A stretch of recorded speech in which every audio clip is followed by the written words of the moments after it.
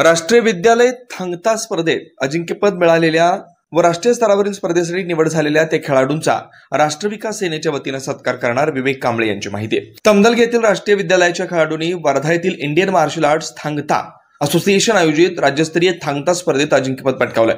या 28व्या राज्यस्तरीय थांगता अजिंक्यपद स्पर्धेत राष्ट्रीय विद्यालयाने संपादन केलेल्या या दैदिप्यमान यशाचे कौतुक होत आहे। या स्पर्धेत 2 सुवर्ण पदक, 1 रौप्य पदक आणि 6 कांस्य पदक खेळाडूंनी पटकावली आहेत। या स्पर्धा सब ज्युनियर वजनगट वयोगटानुसार स्टाईल 1 व स्टाईल 2 प्रकारात घेण्यात आल्या।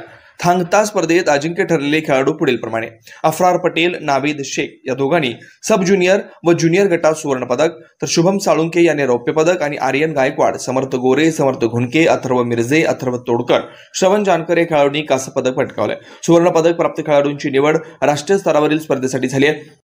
या यशवंत खेळाडूंचा राष्ट्रविकास सेनेच्या वतीने सत्कार करण्यात येणार असल्याची माहिती राष्ट्रविकास सेनेचे तमदलगे शाखा युवक अध्यक्ष विवेक कांबळे यांनी आमच्या प्रतिनिधींशी बोलताना दिली आहे।